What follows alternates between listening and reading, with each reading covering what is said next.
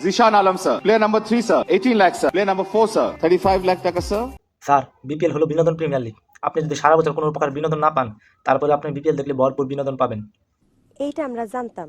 যেমন ধরেন, এইবার বিপিএলে বাংলাদেশের সর্বকালের সেরা লর্ড, বিশ্ব টিকেটের নেতা নাইম শেখের দাম 1,10,00,000 টাকা, আর অন্যদিকে মুশফিক মাহমুদুল্লাহর দাম 35 লাখ টাকা। আমি বিশ্বাস করি না। এবারে বিপিএল এর নিলামের উপস্থাপক আমাদের আরো আলাদা লেভেলের বিনোদন দিছে। তাকে দেখে মনে হচ্ছে সে 1,000টা সারের ভিতরে ঢুকে গেছে ভুল করে, অসহায় বাচ্চা।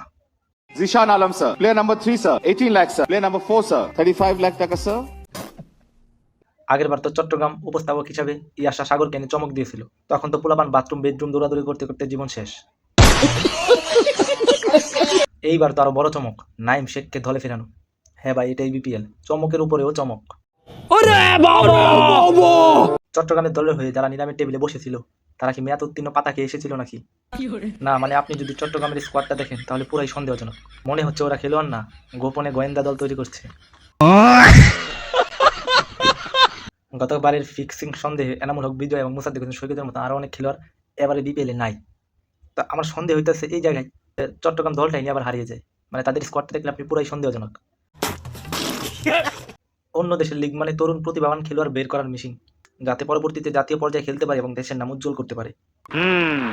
কিন্তু আমাদের দেশে বিপিএল মানে বিনোদন প্রিমিয়ার লিগ হচ্ছে বইরা অচল মাল তোলার ক্যাম্প। যে বইরা অচল মালগুলো বিশ্ব টিকেটে চলে না, ওইগুলোকে এনে আমরা 2 বেলা 2 মিনিট খাওয়ার সুযোগ করে দিই। ধন্যবাদ বিসিবি। তাই তো অন্য দেশে তৈরি হচ্ছে Travis Head, Harry Brook, Abhishek শর্মার মতন cricketer.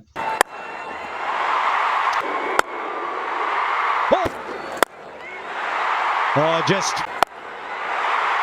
picks up the length very well again.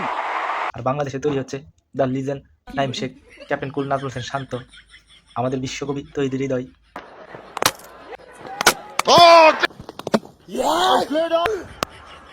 Top edge should be another wicket. He calls for it. Harris. মানে কি বলবো, যাই হোক। এবারে বিপিএলে নতুন দল এসেছে, নোয়াখালী এক্সপ্রেস। আর সেই দলে সবার প্রিয় বাংলাদেশের সর্বকালের সেরা ফিনিশিং আর hard hitter batsman Jaker Ali অনেক উর্ফে চিংগাম বাবা, চুইংগাম বাবা।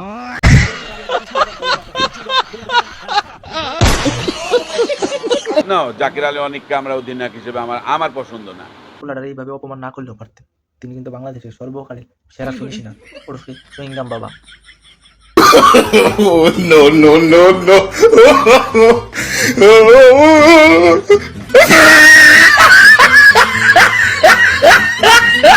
বিপিএলে বিনোদন অভাব নাই।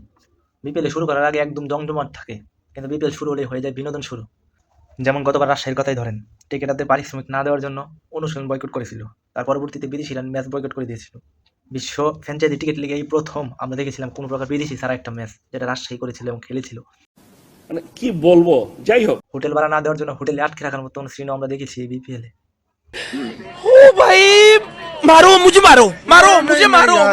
নিলামের আগে আরো বিনোদন আমরা পেয়ে যাই। কিভাবে? গত 2 বারের চ্যাম্পিয়ন বরিশাল এবার নাই।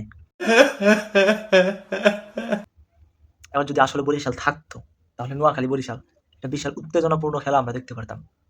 দুনো দলেরই ক্রেজি একটা ফ্যান বেস আছে, আমরা দেখতে পারতাম একটা উত্তেজনাপূর্ণ বিপিএল। কিন্তু বাংলাদেশের যে সিস্টেম বা এই বিনোদন কোনোদিন শেষ হবে না, তাই হয়তো আর হলো না। আমরা নেক্সটে আশা করতে পারি, যেটা পাপন ভাই বলে গেছিল যে আমাদের টার্গেট নেক্সট বিশ্বকাপ। আমরা এভাবে নেক্সট নেক্সট নেক্সট মাথায় আপনাদের বুঝতে হবে সবসময় আমাদের টার্গেট কিন্তু next world cup, not this world cup. একটা সময় বিপিএলে কারেন্ট কুলার, সুনীল নারায়ণ, অ্যান্ড্রু রাসেল, কিন্তু AB Villiers, Brendon McCullum, David Warner, Steve স্মিথের মতো প্লেয়াররা খেলে গেছে।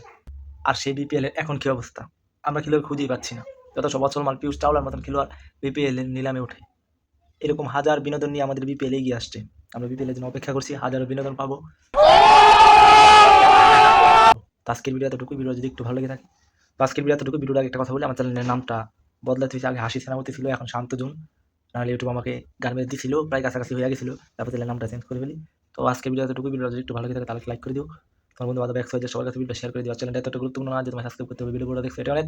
আর আমি যাচ্ছি না, ফিরে আসবো পরিমাণের মতো ঠিকই ফিরে আসবো, তোমরা যদি থাকো। Tata, good bye.